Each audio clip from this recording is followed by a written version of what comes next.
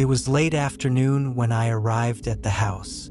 The kind of afternoon where the sun still hung low, but the chill in the air reminded you that the warmth was fleeting. The house hadn't been touched since my dad passed away. It wasn't much to look at, nothing special really. A 2-story brick house with peeling paint and a creaky front door that never quite closed properly. Everything was just as it had been the last time I was here, when Dad was still around, although it was definitely quieter now, as if something had been drained from the place. I walked in tossing my bag on the hallway table, trying to ignore the emptiness that seemed to linger in the corners. My mom had already gone through most of his things, but a few odds and ends were still left, some of which I felt compelled to take with me, a little piece of him, maybe. One item caught my eye immediately, an old radio, one that I remembered from my childhood. It had sat on his desk for as long as I could remember, a relic from another time.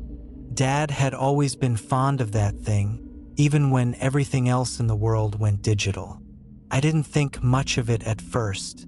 I picked it up, feeling the weight of it in my hands, its surface cold and smooth.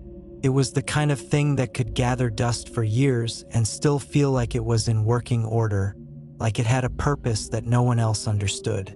I sat down in the living room while the radio rested on the coffee table in front of me. I plugged it in, half expecting it to crackle to life as it had in the past. But instead, there was nothing, just silence.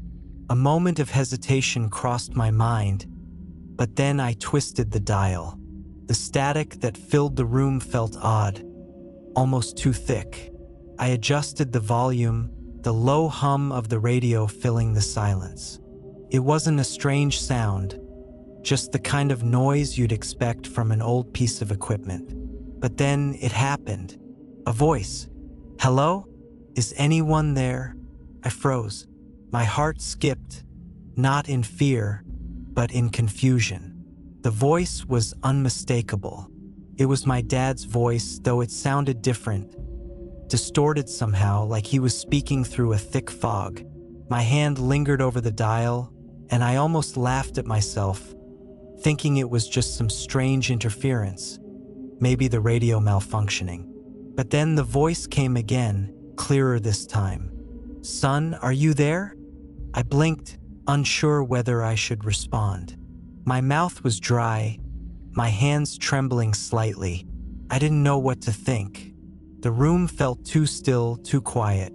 I took a deep breath and replied, my voice coming out more hoarse than I'd intended. "Dad, is that really you?" There was a pause, the static buzzing for a moment before his voice came back, almost with a sense of urgency. "Yes, it's me, but this isn't important right now. I need you to listen carefully." My stomach twisted. I felt the old, familiar warmth of his voice wash over me, even if it was mixed with the strange, distorted sound of the radio. Felt wrong, but I couldn't quite place why. Maybe it was because it sounded like he was trying to keep his distance from me, or maybe because his tone was more serious than I'd ever heard it before. But I still felt extremely happy to just hear his voice again, even if it was for the last time. "Son, I need you to promise me something. There are rules, important rules. You have to follow them if you want to stay safe. You hear me?" I nodded, even though I knew he couldn't see me. I wasn't scared. I didn't understand what was happening, but I still had my dad's voice, somehow, and that was enough to make me listen.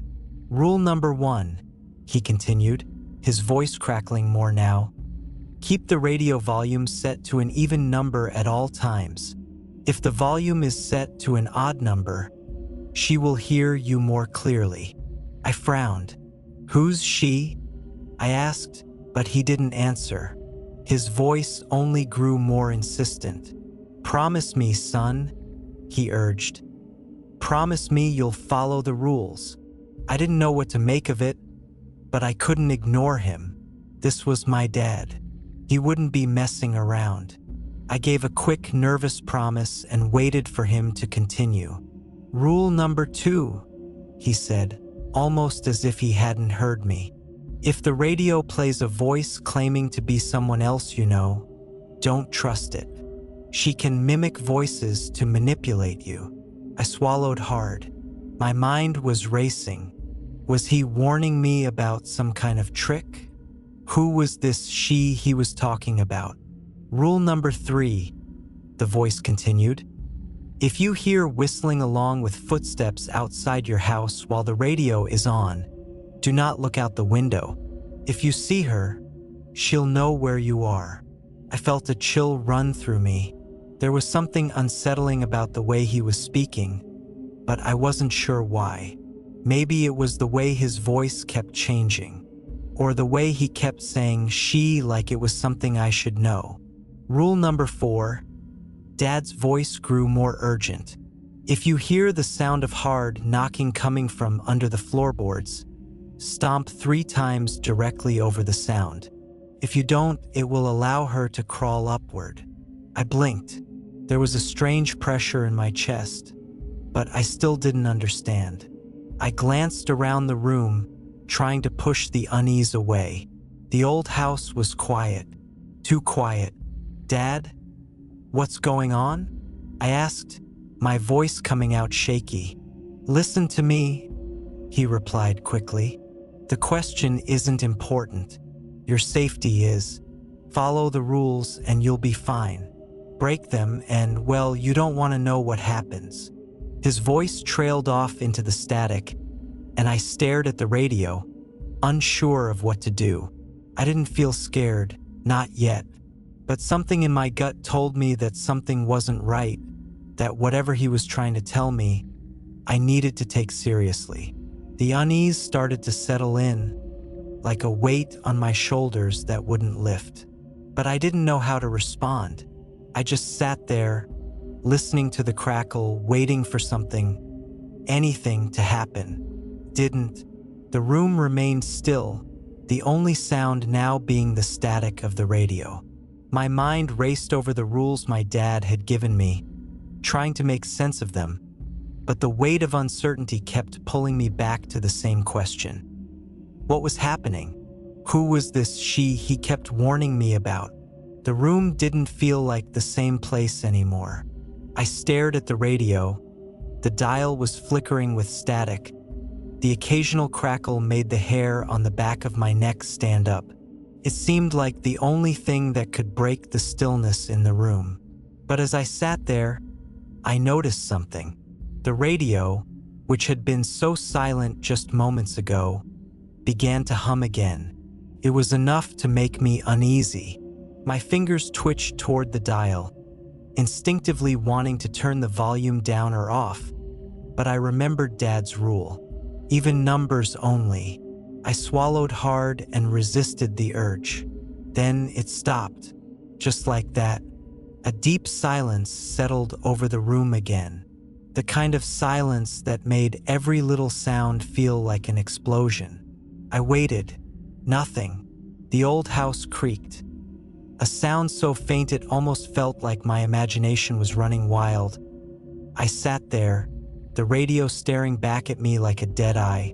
It was almost like it was coming from the other side of the house. I strained to listen, but it was gone before I could make out any words. I glanced at the clock on the wall. The minutes ticked by, dragging out, one after the other, as though time itself was slowing down. The sun had completely set now, leaving the house bathed in the faint glow of the streetlight outside. The room seemed to grow darker, colder, and for a moment, I thought I saw something move out of the corner of my eye. A flicker, a shadow. I quickly turned, my heart pounding, but there was nothing there. Just the old furniture, the dusty carpet, the empty space. I took a deep breath, trying to calm myself, but my pulse was still racing. The rules. My dad's voice. The more I thought about it, the more I realized how strange everything was. It wasn't like Dad to act this way, not even in his final days. He had been sick, yes, but not like this. His voice sounded different, not just through the radio, but in my head too. I could still hear the urgency in his words, but there was something else, something I couldn't place. It was almost as if he was afraid. I stood up, pacing the room, trying to shake the unease creeping through my body. My hands were clammy. I glanced at the window, and something caught my attention. A flicker of movement outside, a silhouette passing just beyond the edge of the streetlight's reach. My jaw dropped. It was a person, I thought, but why were they moving like that? Slow, as though they didn't care if they were seen or not. I didn't want to look any closer. My eyes shifted toward the radio, my father's warnings ringing in my ears. "Don't look out the window," I whispered to myself. "Don't look." But that feeling came. I had to know what it was. My hand moved toward the blinds, but I hesitated. The footsteps. What if it was her? What if it was part of the rules? My heart thundered in my chest as I fought the urge to peek outside. The silence returned. I didn't look out the window. Couldn't. Instead, I turned back to the radio, seeking some kind of comfort, some answer. I leaned in closer to the speaker, my breath shallow. "Dad," I whispered. The radio buzzed again, a soft crackling at first and then almost imperceptibly. I thought I heard something like a whisper in the static, too quiet to understand. I pulled away from the radio. It was as if the radio was reacting to my question, as if it had heard me. But there was no response from Dad, no comforting voice, just the static that filled the room like an electric storm. I wasn't sure if it was just my nerves or something else, but I felt my skin crawl. Suddenly, a loud bang from downstairs broke the silence. My blood ran cold. It wasn't a natural sound, not like the house settling or a door creaking. This was the unmistakable sound of something heavy hitting the floor. My eyes shot to the stairs. What was that? Could it have been someone else? Could someone have broken in? But there was no one else here. It had to be something else. The bang came again, louder this time, followed by a knock? Or was it a thud? Couldn't tell. The static on the radio shifted, becoming more pronounced, more erratic. My fingers hovered over the dial. The voice, my dad's voice, suddenly filled the room, but it was different this time. "Don't ignore the rules, son," he said, urgency creeping into his words. "Don't break them." I swallowed hard as I glanced down toward the stairs again. I had to move. I couldn't stay here. Whatever was happening, whatever I had heard, it wasn't right. But before I could make a decision, the soft whistling started. From outside, the footsteps were slow, as if they were waiting for me to do something, waiting for me to make the wrong move. I gripped the arms of the chair, trying to steady myself, the rules swirling in my mind, but all I could think about was what would happen if I broke one of them. What was she? Why was this happening? The whistling outside had stopped, but the feeling remained. Something was waiting. The radio buzzed again, louder this time. I turned to face it, while sweat gathered on the back of my neck. Dad's voice crackled through, but it wasn't the calm reassurance I'd grown used to. There was panic now, desperation. "She's close, son. You need to listen to me. You need to follow every rule." I swallowed hard, my mouth dry. My eyes darted to the window again, but I forced myself not to look. Couldn't risk it. I had to stay focused. I repeated the rules in my head, trying to keep my thoughts in order. The volume was even. I was following the rules, but the feeling of being watched, of something pressing against the walls of the house, only grew stronger. The floorboards creaked beneath me. I glanced toward the door, but there was nothing there. No shadows, no movement, nothing to explain the noise. It was real, and it was getting closer. I dared a look at the radio again. The static was louder now, buzzing in my ears. My dad's voice came through, sounding strained. "She's trying to get in. You can't let her find you. If you break the rules, she'll take you." The words echoed in my head as I stood up. I paced the room, unable to sit still. The knocking had stopped, but the stillness was worse. Then, just when I thought I couldn't stand it any longer, I heard a whisper. It wasn't coming from the radio. It wasn't coming from the house either. It was from inside my own head, like someone was speaking directly to me, too close. I couldn't make out the words, but I could feel the malice in the voice, the cold, mocking tone. It wasn't just my imagination. There was something inside my head now, something waiting to take control. And then I heard it again. The whisper grew louder this time, more distinct, and the words cut through the fog in my mind. "You can't escape. I'm already here." I stumbled backward, my hands shaking. The radio was silent now. The only sound in the room, my own erratic breathing. I glanced around, trying to make sense of the room, but nothing looked the same.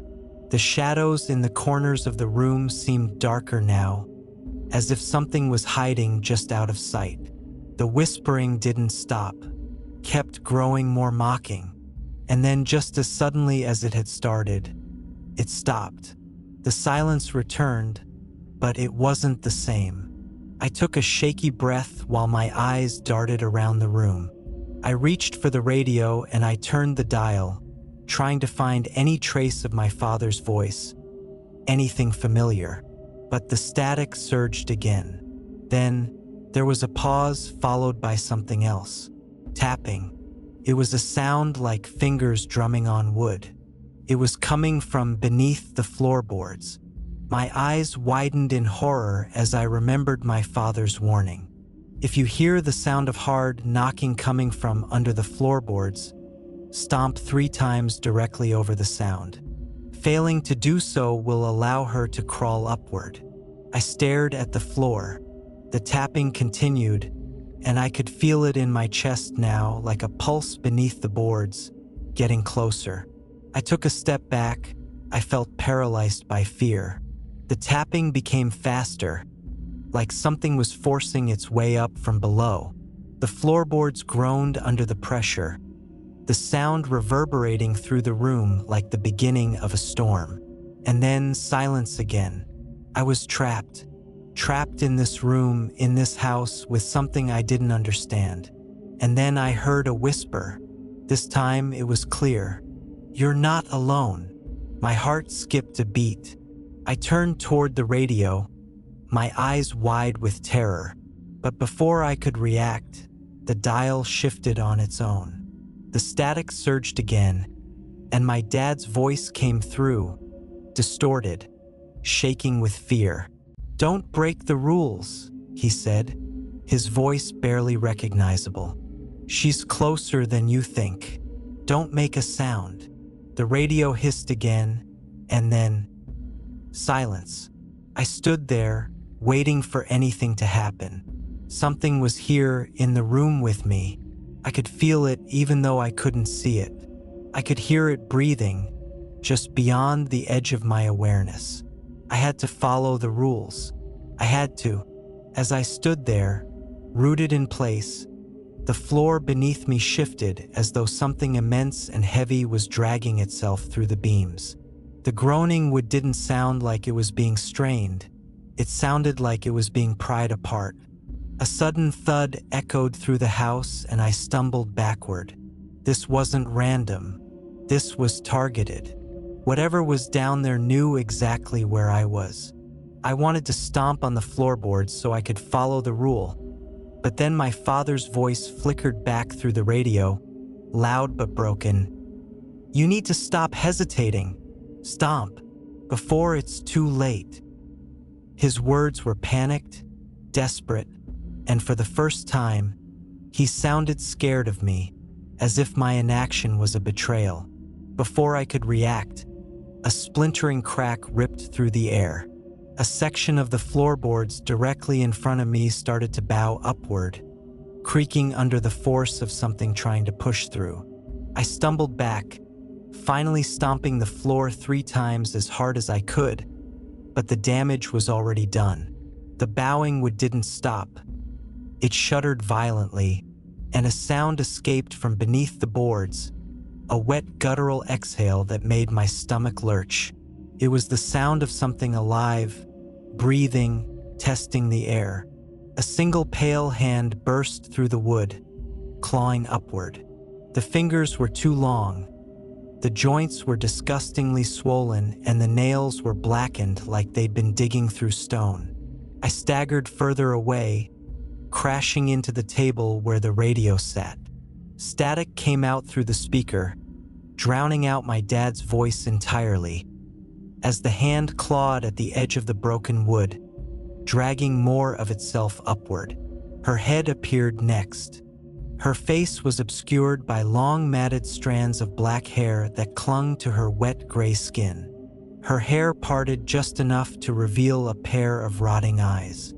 Her mouth opened wide and her jaw stretched as though unhinged, revealing rows of rotting teeth.